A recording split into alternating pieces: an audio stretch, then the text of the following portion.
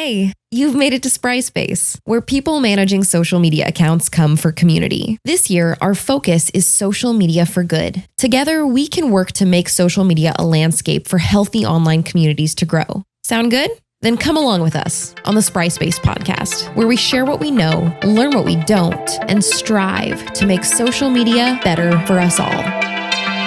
Hello, everyone, and welcome to the Sprytes podcast. I'm Lacey, and today we have Adrienne and Rachel here today. How are you two doing? Great. I'm doing great.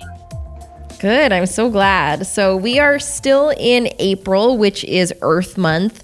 And so this week we wanted to celebrate Earth Month by talking about some of our favorite social media channels that make us feel connected to the Earth.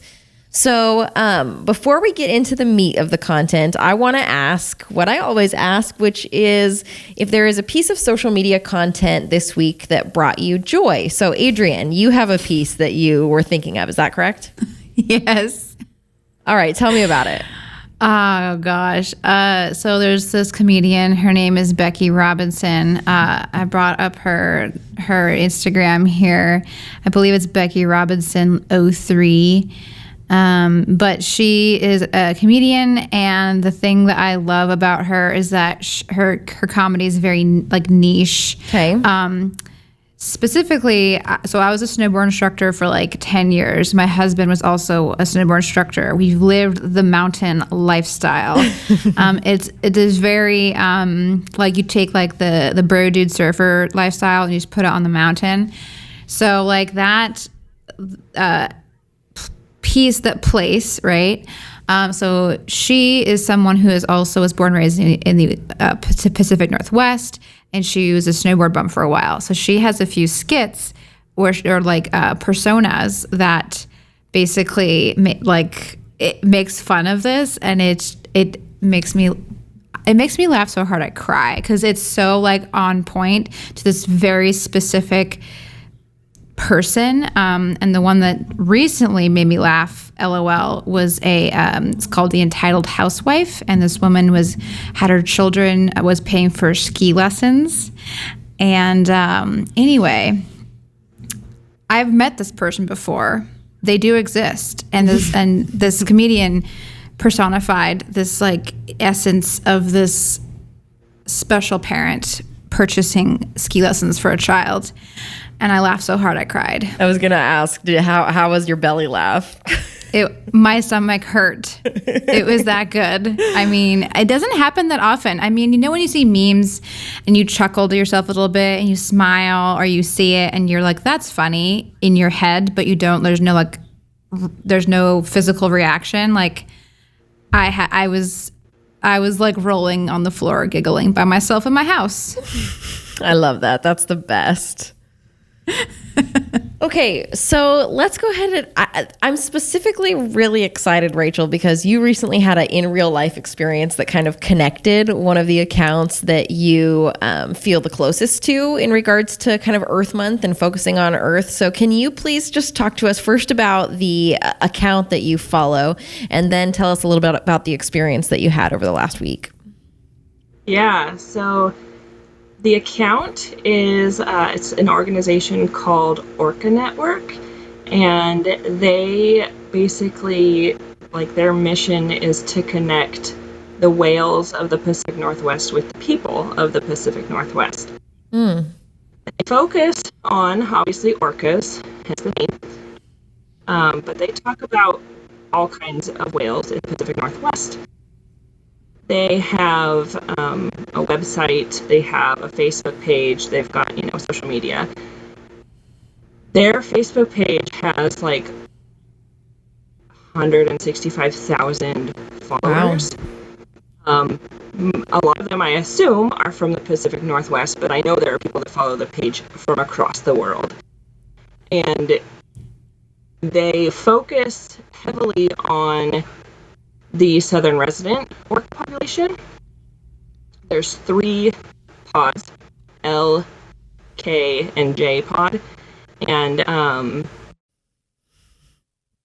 So these whales are key to the Pacific Northwest. They are very important to the indigenous peoples of the area.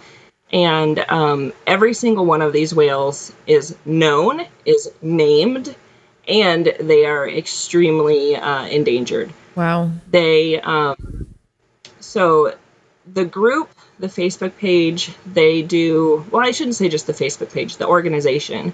They do all kinds of educational programs. They do youth programs. They have a whale center in Langley, Washington, where they used to do a lot of in-person stuff. I don't know how much they're doing now with COVID, but they've transferred a lot of stuff onto virtual learning. They do webinars, and then of course their Facebook page does sightings every day. Entire network of people that watch the waters, and anytime that a whale is seen or a pod of whales, they list it on the site, and then the thread just blows up with people watching the whales, reporting them where they are, what they're doing, where they're moving to and from. And this is something that I have followed very closely. Obviously, we live on the water, we live on our boat, and here in the Puget Sound. And I am a big fan of orca whales. I'm a big fan of whales in general, but orcas are pretty special to me. And so I actually saw a thread the night before this event happened. We were getting ready to leave the marina for winter moorage and head out cruising. So we were actually going to be out on the water the next day. And I saw a sightings thread, that there was a pod of orcas coming in Admiralty Inlet, coming south toward, where we were. I already have goosebumps. So the next day, as soon as we left the marina, I was checking Orca Network to see if anybody had spotted those whales. And sure enough, they were still continuing south. They had been spotted again in the morning, and they were going past Vashon Island. We were moving from Olympia that day to Gig Harbor, and Vashon is just a little bit northeast of Gig Harbor. And to get to Gig Harbor, we would have to go through Tacoma Narrows, underneath the Tacoma Narrows Bridge. And as we were motoring along without any wind, so we couldn't be sailing, but I was constantly checking this thread, and we're watching where the whales are going, and people are sighting them and reporting it on the thread. There's over 100 comments on this thread by the time the end of the day. And so literally stalking the whales, we made our decisions on which way to go, which way to travel around the islands to try to intercept the whales. Wow. And we came through Pitt Passage, which is not a way that we normally would have gone from Olympia to Gig Harbor, but because I knew that the whales were going above McNeil Island and up into Carr Inlet, we decided to go through there. We had been through there before, and we came out of Pitt Passage and immediately intersected this pod of orcas. And it was just perfect timing. We couldn't have possibly been in a better place at a better time. And so we were actually the only boat out there with them, which is pretty crazy to me because there were so many people watching. I knew how many people were watching because everybody's commenting on the thread. And the whales had actually made a kill, and they were, hunting and feeding. And we got to hang out with them literally for an hour. Wow. With a pod of 7 orcas. And, we have to be really careful out on the water with them. We have to be very respectful of the whales, and we have to stay a certain distance from them and make sure that we don't get in front of them or between groups of the whales, because there was one whale that was kind of following the rest of the group, so we had to stay kind of further away. But that whale happened to be the male with the big dorsal fin that's, like 5 feet tall, and he would come up out of the water and we could see him, and the kids are screaming on the deck. Oh. Kelly's jumping up and down screaming, "This is the best day ever! This is the best day ever!" Oh my God. Yeah. Then with my cell phone, and it was it was just an amazing experience that we probably never, we wouldn't have had if not for following the sightings threads on Orca Network there. And it's a nonprofit organization, it's volunteer run, and it's just the work that they do in connecting the people to those animals and to the environment that they live in is just amazing. And I have the utmost respect for all the people that are doing that. It's an amazing thing, and raising the awareness of those whales is what's really going to help them to hopefully not go extinct.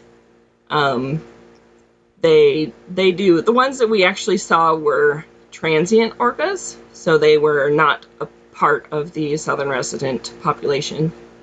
And the big difference is the southern residents primarily eat salmon as their diet, but the transients eat marine mammals. They eat seals and porpoises and even other whales.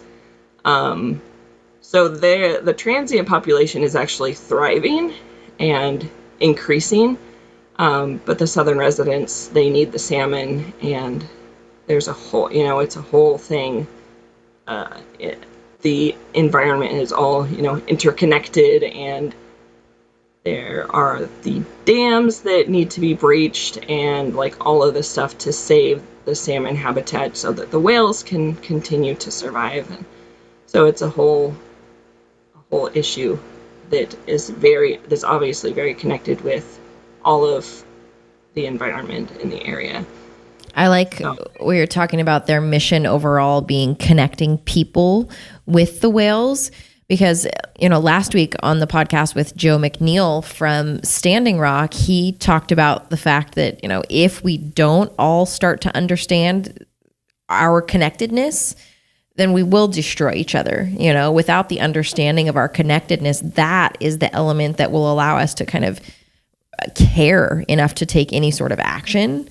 So obviously that's made that impact on you, and that's so amazing to see how that translated into a real life experience. Yeah. I've actually been tracking a post today. There's another pod of them that are potentially coming this way. So during breaks from work, I've been going outside and trying and like watching the water, trying to see if I can see them. But wow. It's very windy today, and so there's a lot of waves out there, and it would be really hard to spot them, unless they got pretty close to us. So it's kind of hard to. I can't see them every day, I suppose, but I sure. Okay, well, thank you, Rachel. Yeah. I just love that so much. Adrienne, you have a couple that you are bringing to the table today too. So tell me a little bit about some of the accounts that you're following that have really kind of, instilled this connection with the earth, or that you feel like really honors Earth Month right now. Yeah, well, I was kind of thinking about this previously, and I have a couple different ones from the ones that you and I talked about earlier. But one that really I think is like apropos or just timely to our time is the Asian giant hornets that were present for 2020. One of the headlines of 2020. The Asian giant hornets, if for anybody listening, is a species of hornet that comes from Asia that basically is an invasive species and was seen in Washington, or actually up in Canada, and the entomologists of Washington State were worried that they would come south because they are very they decimate bees and beehives. is what Asian giant hornets do. So with 2020 and all the just chaos there, we also had Asian giant hornets. And what I thought was very interesting and kind of like, the power of social media was that right away, a Asian giant hornet watch group started on Facebook, which I joined because I was we live in Washington, and I'm a kind of an ag nerd. I have many friends who are actually entomologists, and my mother works in agriculture, so I'm just very interested in kind of tracking it. And so, in this group, you had people, asking each other questions. There was like actual entomologists from the State Department answering questions. They had information about how to create giant or Asian giant hornet traps, and like when to put them up and when to take them down, and how not to harm other insects. So it was just kind of it's scary because of the interconnectedness, and because how did the Asian giant hornet get to the United States? There's so many invasive species. Like, I'm sure there's many books on invasive species and how they've ruined different ecosystems. But for example, we want to keep this specific animal out. And so it was kind of a group effort to try to like track and report so that we can save our native populations of bees. So that was one example that I thought. That's really interesting. I almost forgot about that in all the chaos of 2020, the Asian giant hornets. I know. And that's the thing about, just nerds, I guess, is like the news cycle is on to the next thing the next week, But with social media, like when you join groups, I think that groups kind of like, I'm actually also in the Orca network too, because I also love whales. But it's outside the news cycle. So if you're not tapped into these groups that are very in tuned and want extra information, if you're not in tune, then you don't get that extra education. So that was one that I thought was really key. The other one that I thought was really is for me a great influence on the great outdoors. It's called the Northwest Avalanche Center, and they have an Instagram account that I follow. And so, like I mentioned before, I'm a snowboarder. I'm into outdoors activities in the winter time. But the Northwest Avalanche Center does daily, weekly avalanche forecasts during the winter time, and they do avalanche education. And it's very important because people die every year in avalanches, and I think that people don't really understand or respect nature when they don't know it, when they don't understand it, when they don't learn about it. So they don't know what they don't know. They don't know that they should, know about the orcas that are going extinct. They don't even know. So they don't care, not because they don't care, but they just don't know. And so it's just like raising awareness. And I think that there are lots of people who don't realize that if you go hiking in the backcountry with your skis strapped to your back that you just got from REI, or backcountry.com, that they're putting themselves into danger, and actually the rescuers who would have to come rescue them are also being put at danger when they have to go up and rescue you. So anyway, they are wonderful because they also do, I just love watching them like dig into the snow and be like, look at this crust layer, and here's last week's crust layer, and they're just weather dorks, and I love it. So basically what we're saying is Earth Month, tap into your inner dork. Like, what is it that interests you about the earth? And really, it's so easy to find accounts like this and really well done accounts, right? Like, I ended up seeing one being shared by somebody, and it's a whale one too.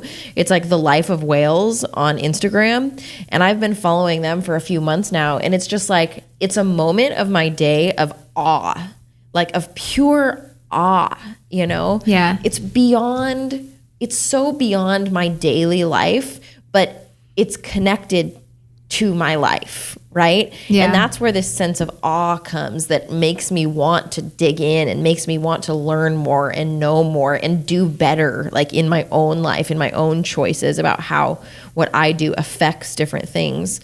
It's just dork out. Just dork out. Just lean into it. One thing Lacey had a question about, and I came up with this question as we were getting ready for this podcast. Okay.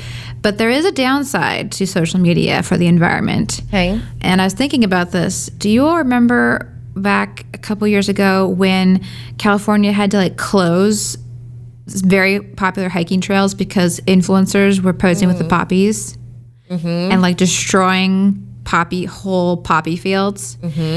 And like there's kind of a new movement out there where people won't tag where the locations anymore because they want to protect. It's like there's this fine line. How do we educate on these beautiful, wonderful things, but instill respect for it so that they don't destroy it? It's kind of this. I don't know. I think it comes down to really drilling down to what is the purpose of an account, because if the purpose is virality, then there's an emptiness to it, right? And like that connection with the earth will be missed. If the purpose is education, connection, increasing understanding and respect, then there is going to be that. But you're right, there's no way that we can like make sure that the people who are posting about this are focused on instilling respect. So that then becomes our job as the user to decide who we follow and who we support based on whether or not they're really putting out content of value and that shows respect and education, or is it just like a really cool video that they got in a really disrespectful way, Yeah. That's why I'm very, and Rachel, I'm sure you can, speak to this too, but I'm very like, I don't know, I really research an account before I follow it for whale watching specifically because, I want to go, I would love to go whale watching. When I was a little kid, I wanted to be a whale. I wanted to be a whale because I couldn't be a mermaid because mermaids aren't real. So then the next thing would be like, I'm going to be a whale. So like, I love whales.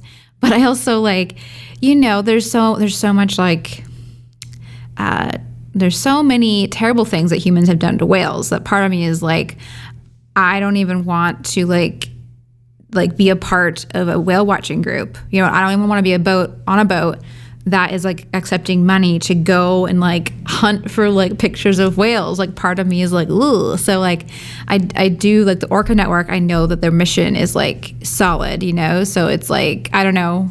What do you think, Rachel? Like, how do you figure out who's acting good? It's really a big controversy. Like, what's the deal with whale watching boats? Because they literally follow the whales, right? Like, yeah. So there are the people who are against them that say, they're harassing the whales. And of course, there are people that constantly are watching. There's people watching. And so they'll report if any boat, or a whale watching boat, but any boat gets too close to the whales.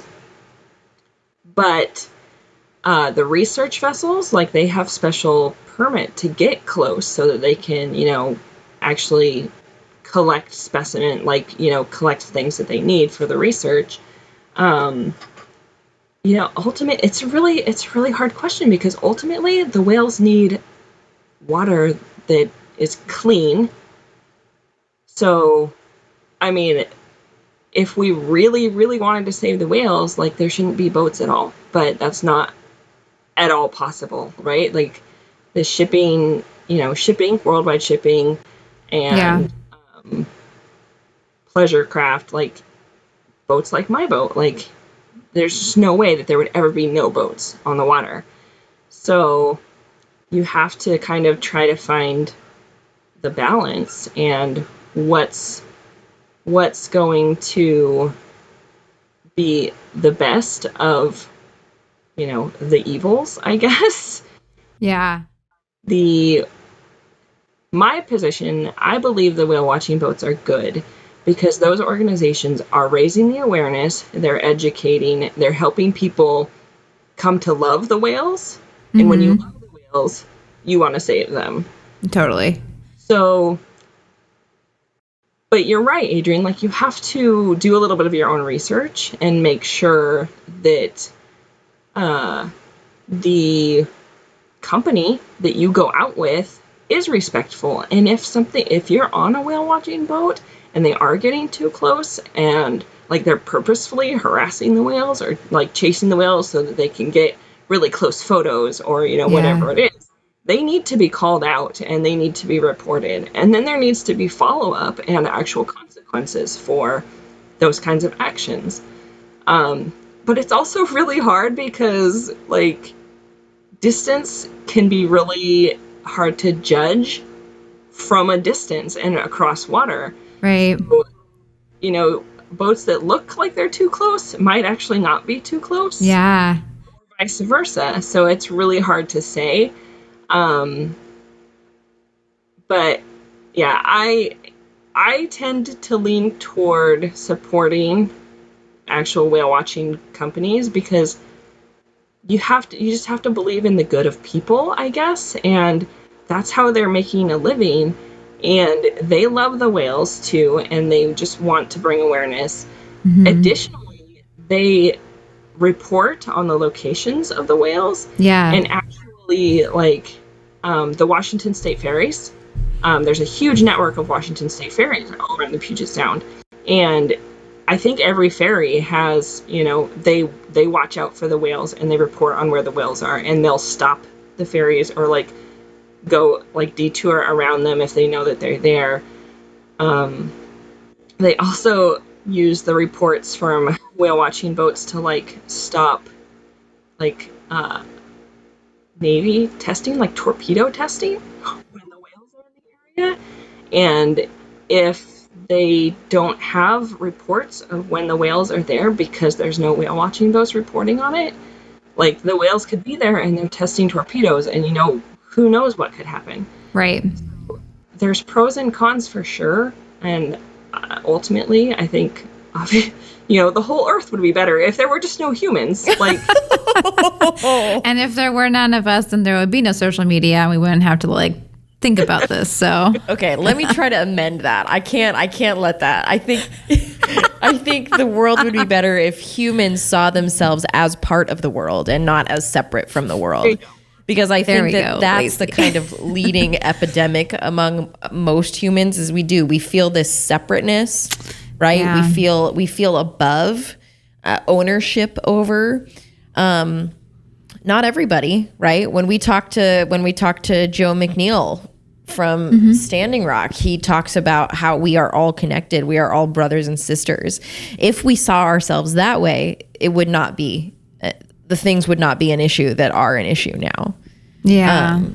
Yeah. I just overall really like your point, Adrienne, just about the idea that we have to be mindful about who we follow. So, first step of what we would want to inspire in other people, I think, in this is find something that helps you feel connected to the earth. Step 2 of that on social media is research what it is that you're following to make sure that their mission and values is truly aligned with preserving and respecting the earth or the species, etc.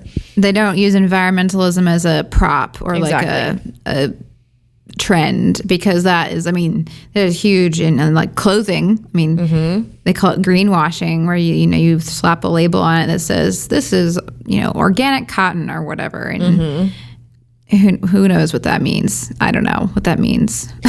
Like. Is there any other account specifically you want to call out, Adrienne? Any others that I want to chat about? Or are you happy for now? I think this has been a really great conversation about nature and Earth Month accounts. So you're happy. You're happy. I'm happy. Will people send us the accounts that they know and love? That's what I would love to get out of this. Is like me too.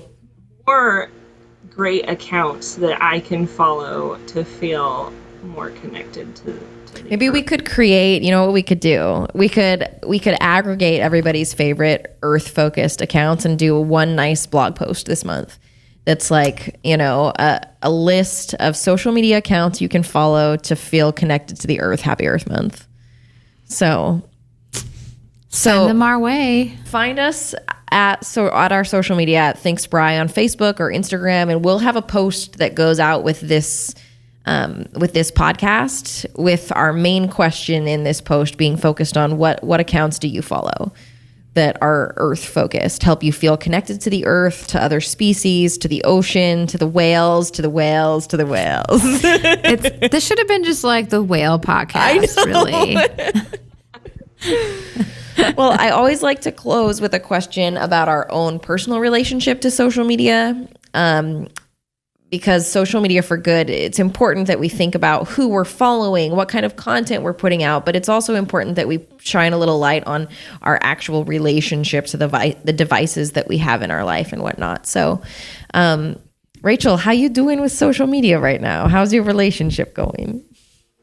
My relationship with social media right now is pretty good. I've actually not been worried so much lately about posting stuff for, you know, my boat brand, Mosaic Voyage. I've kind of been neglecting it, and I don't really care that I am. I'm just kind of like trying to intentionally be a little bit less connected and a little bit less dependent on the dopamine hit from getting likes. So I was scrolling through my own Instagram this morning, and I was kind of like, man, I don't think I've posted anything since, you know, my son's birthday, which was like several weeks ago. But it's been kind of good. I mean, life has been really busy and really stressful, and I'm just trying to focus on, I guess, keeping my kids alive. And doing my job when I need to, and, you know, hanging out with my husband. So it's been good. I think it's so important, especially with our personal brands, that we really listen to that ebb and flow of our own desire for creativity, and that, you know, if we push ourselves to be consistent the same way that we push ourselves with our brands to be consistent, we're actually not being authentic, are we? You know? No, So we're not. I think that's wise, Rachel.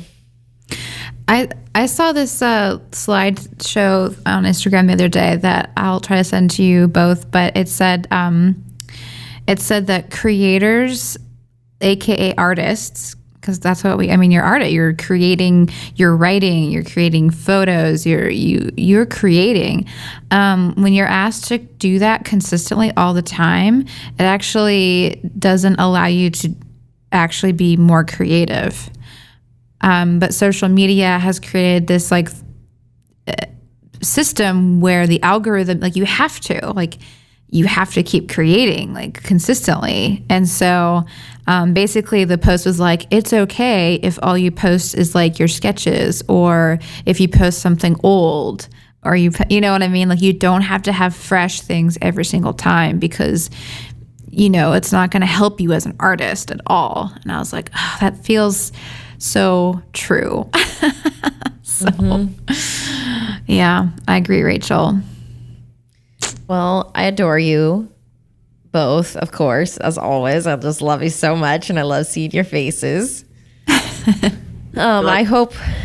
Thank you. I hope that anybody listening can feel inspired to just find some accounts that really help them feel a sense of awe and help them feel a sense of connectedness. And especially level 2, I hope that connectedness helps you feel a sense of really desire to act, right? To do things in your real life that positively impact the relationship that you have with the earth and the people around you. And that's my hope.